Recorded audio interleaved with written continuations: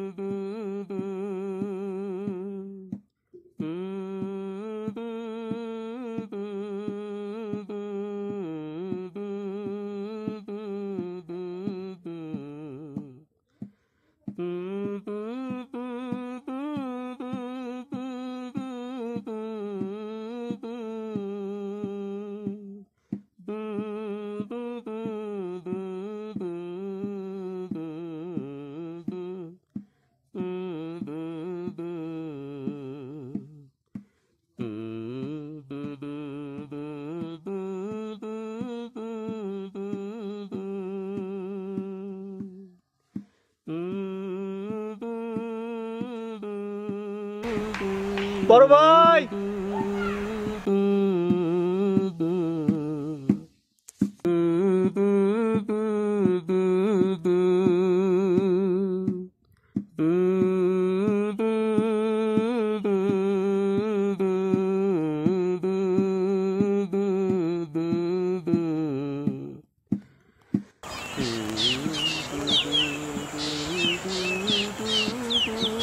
কেমন আছো?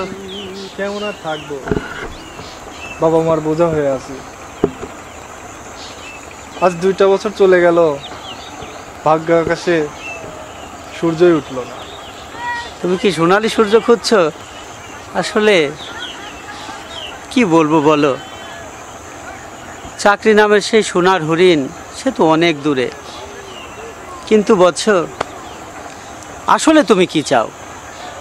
নিশ্চিত একটা জীবন, উন্নত শহর, উন্নত শিক্ষা, উন্নত চিকিৎসা, ছোট্ট একটা ফ্ল্যাট বাড়ি, একটা ছোট পরিবার, গোছালো একটা সংসার, যে সংসারে থাকবে না হাহাকার, থাকবে না বৃদ্ধ বাবা মায়ের মতো বুড়ো বুড়ি, থাকবে না আত্মীয় স্বজনের হাহাকার, থাকবে না অভাবের অভিযোগ, মাটি ধুলো কিচ্ছু থাকবে না, এক অভিজাত জীবন তুমি চাও। আসলে কি এটাই চাও তুমি? বড় ভাই, এভাবে আমি কখনোই ভাবিনি। তাহলে এসো না, আমরা আমাদের এই সবুজ গ্রামটাকে সবাই মিলে সমৃদ্ধ করে তুলি। হানাহানি ভুলে যাই, শত্রুতা ভুলে যাই, গড়ে তুলি ঐক্যের বন্ধন। ড্রাগসের ভয়াবহ থাবা থেকে আমরা আমাদের স্বজনদের রক্ষা করি। সমবেত প্রচেষ্টায় জয় করি ক্ষুধা, বেকারত্ব আর দারিদ্রতাকে। হিংসা দ্বিদেশ ভুলে সবাই কাঁধে কাঁধ মিলে কাজ করে যাই গ্রামের উন্নয়নের জন্য। গ্রামেই গড়ে তুলি শিক্ষা প্রতিষ্ঠান, গড়ে তুলি শিল্প প্রতিষ্ঠান। 10 গ্রামের লোক এসে দেখুক আমাদের প্রচেষ্টাকে দেখুক। আমাদের প্রচেষ্টাকে ওরা বাস্তবে সত্যি অপূর্ব দেখতে পাবে। যদি আন্তরিকতার সাথে আমরা সবাই হাতে তুলে নেই পরিশ্রমের এই হাতিয়ার। কি থাকবে আমাদের সাথে? থাকবে? ওয়েলকাম বৎস, ওয়েলকাম ওয়েলকাম। বড় ভাই, আজ তাহলে আমি যাই, আগামীকাল দেখা হবে। Sure sure. খুদা হাফেজ। খুদা হাফেজ।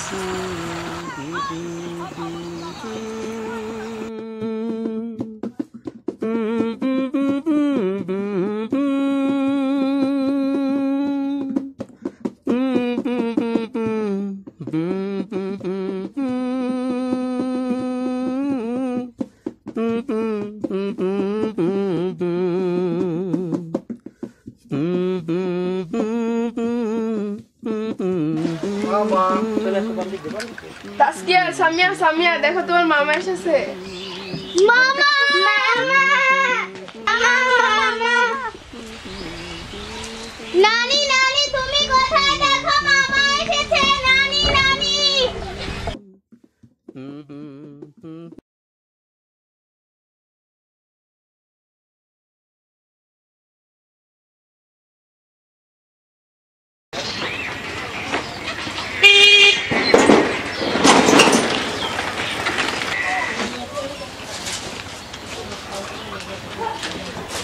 বাবা সুজন, জি বাবা। অনেকদিন ধরেই আসবি আসবি করে চলে এলি, তুই কি আর ঢাকায় যাবি না? ম্যাচ ছেড়ে দিয়ে এসছি বাবা, এবার কিছুদিন বাড়িতেই থাকবো। সামনে কি তো চাকরির কোনো পরীক্ষা আছে? হ্যাঁ বাবা, করেছি, কয়েকটা অ্যাপ্লিকেশন করে এসেছি। কার্ড আসলেই যাব পরীক্ষা দিতে। তবে বয়স আছে আমার, 1 বছর এখনো সময় আছে হাতে। 2 বছরে আর কিছু হলো না বাবা, 1 বছরে আর কি হবে? তার চেয়ে বরং তুই তোর মামাদের ওখানে যা। তোর মামাদের তো বড় বড় মুরগির খামারের ব্যবসা আছে, তোকে কিছু সহযোগিতা করতে পারে। তাছাড়া যুব উন্নয়ন থেকে ট্রেনিং নিয়েও তো অনেকে অনেক কিছু করছে, আর লেখাপড়া করে যে চাকরি করতে হবে এমনও তো কোনো মানে নেই। জি বাবা, দেখি এবার কি করা যায়। তাহলে যা না, তোর বড় মামার ওখানে থেকে ব্যবসাটা একটু দেখে বুঝে আয়। যাই বাবা, 2-1 দিন পরেই যাই। তবে একটা কথা শুনছিলাম বাবা, আমাদের উত্তরপাড়ার কে যেন আছে, উনি নাকি চাকরির ব্যাপারে সাহায্য করে। একটু যদি তার কাছে যাওয়া যেত। হ্যাঁ, এরকম তো আমিও শুনেছি, আমাদের এই গ্রামের লোক তো বেশ সহযোগিতা করে। তো ঠিক আছে, যাওয়া যায়। তাহলে চলুন না বাবা, তার কাছে একবার যাই। তাহলে ঠিক আছে, আমি মাঠে যাচ্ছি, মাঠ থেকে ঘুরে এসে তুই বাড়িতেই থাকিস, বিকালে তোকে সঙ্গে করেই নিয়ে যাবো।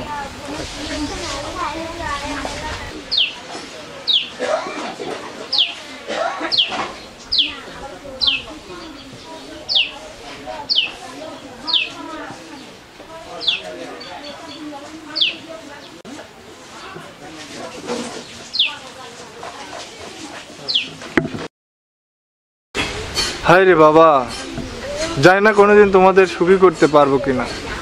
সংসারের জন্য শুধু খেটেই যাচ্ছ, খেটেই যাচ্ছ।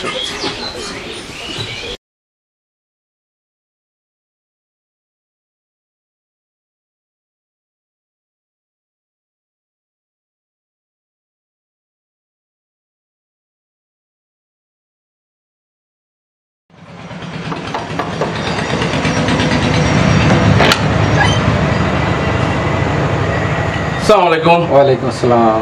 ভালো আছেন না? জি, আলহামদুলিল্লাহ ভালো আছি। আমার ছেলে সুজন, ওর জন্যই একটু আপনার কাছে এসেছি। আসসালাম। ও আচ্ছা আচ্ছা, তো ভেতরে আসুন, ভেতরে আসুন।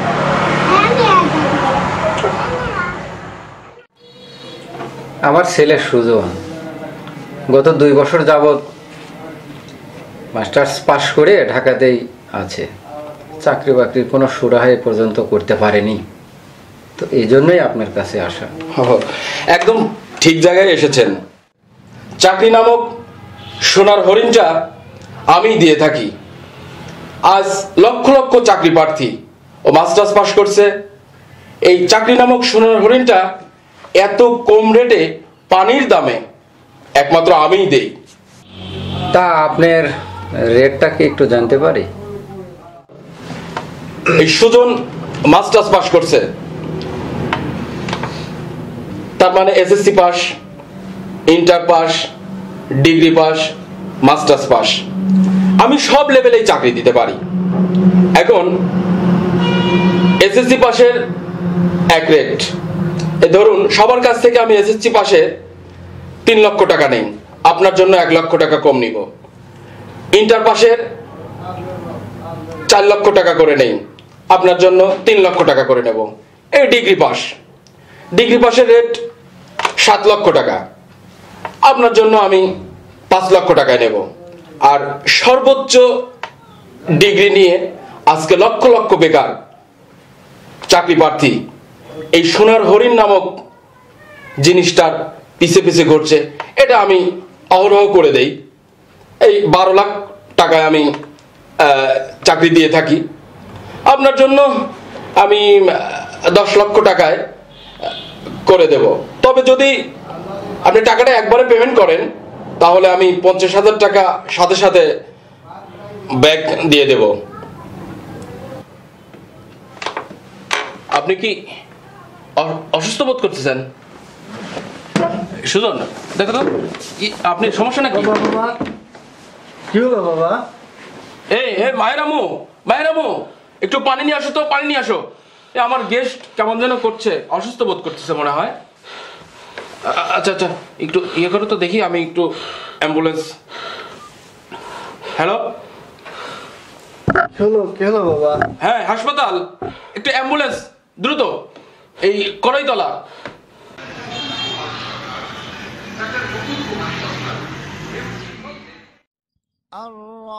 الرحمن علم القرآن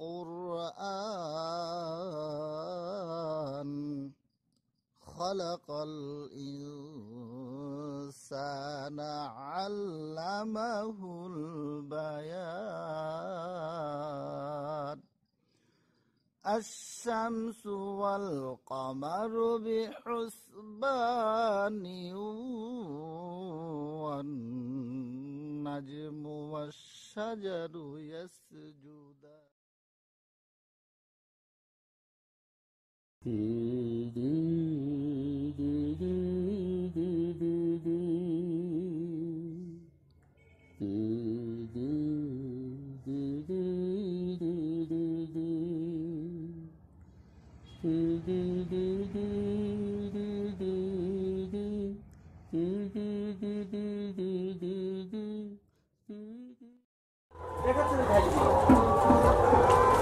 স্যার ঘরে খাইতে দে।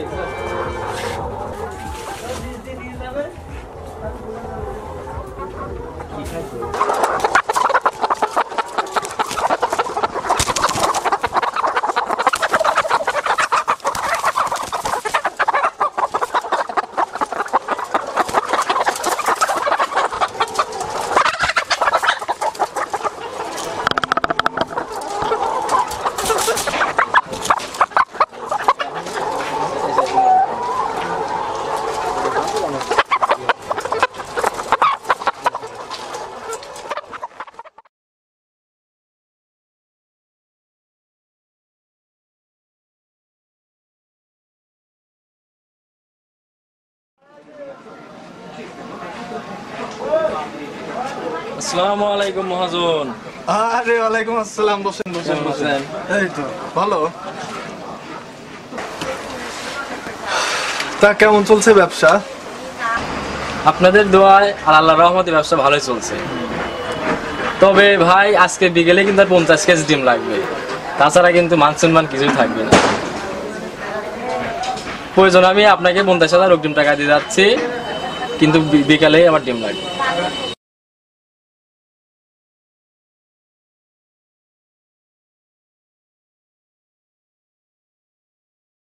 ঠিক আছে, থ্যাংক ইউ।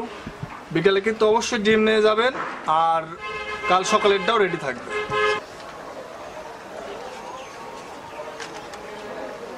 সুজন,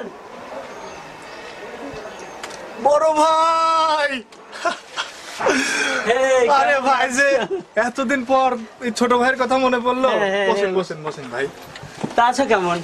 আলহামদুলিল্লাহ, আপনাদের দোয়ায় আর আল্লাহর রহমতে আমি ভালো আছি। আসলে গত 2টা বছর তোমার একটা চেঞ্জিং পিরিয়ড গেল, তাই না? সেটাই বলতে পারেন। সত্যি 2 বছরে আল্লাহর রহমতে এত পাবে কল্পনাও আমরাও করিনি। তা তোমার মামারা আসে এখানে? মামারা তো আমাকে খুব ভালোবাসে, আর ঘন ঘনই আসে আমার কাছে। আর মামার বাড়ি থেকে যদি বড় ভাই ওই সহযোগিতাটা না পেতাম, তাহলে তো আমার সম্ভবত এত দূর আশাই হতো না। আসলে আসলে তোমার বড় মামার কথা তো বলে শেষ করা যাবে না। আল্লাহর শুকরিয়া, তারা অনেক ভালো মানুষ। অবশ্যই তারা ভালো মানুষ। এখন আমি অনেক ভালো আছি, আলহামদুলিল্লাহ, শুনে খুবই ভালো লাগে। আসলে এই গ্রামটা তো চেঞ্জ হয়ে যাচ্ছে এখন। হ্যাঁ, বড় বড় খামার হবে, দেখতে বুকটা ভরে যাবে। আচ্ছা, তা আমি কিন্তু একটা ছোট উদ্দেশ্য নিয়েও এসেছি। কি উদ্দেশ্য ভাই? এই যে এত বড় কারবার, এই যে টিফিন ক্যারিয়ার হাতে করে বাড়িতে আসো, বাড়ি থেকে এখানে আসো, আসলে আমার মনে হয় কি জানো, তোমার একটা ম্যানেজার দরকার। ম্যানেজার? একটা ম্যানেজারের কথাই আমি ভাবছি, আর ম্যানেজারটা আমি মনে মনে ঠিকও করেছি। আমার তো হিসাব পাতি সব ঠিক আছে। আরে সে ম্যানেজার না, তাহলে? এটা অন্যরকম এক ম্যানেজার। ওই যে বছর 2 আগে তুমি যখন গ্রামে ফিরলে, তোমার আব্বা মারা যাওয়ার পরই তোমাকে আমি নিয়ে গিয়েছিলাম আমার ফুপুর বাড়ি, মনে আছে? হ্যাঁ মনে আছে, ওই যে। হ্যাঁ, সেখানে এক হরিণের ছা দেখে তুমি হা হয়ে থেকেছিলে, মনে আছে? হায় আল্লাহ, বড় ভাই আপনার সে কথা মনে আছে এখনো? আরে শুধু মনেই নাই, সেই হরিণের ছাকেই আমি এই বিশাল রাজত্বের ম্যানেজার বানাবো চিন্তা করেছি। কিন্তু কোনো কিন্তু না, তুমি শুধু একটু মাথা ঝাঁকাও। ঠিক আছে, কিন্তু মা?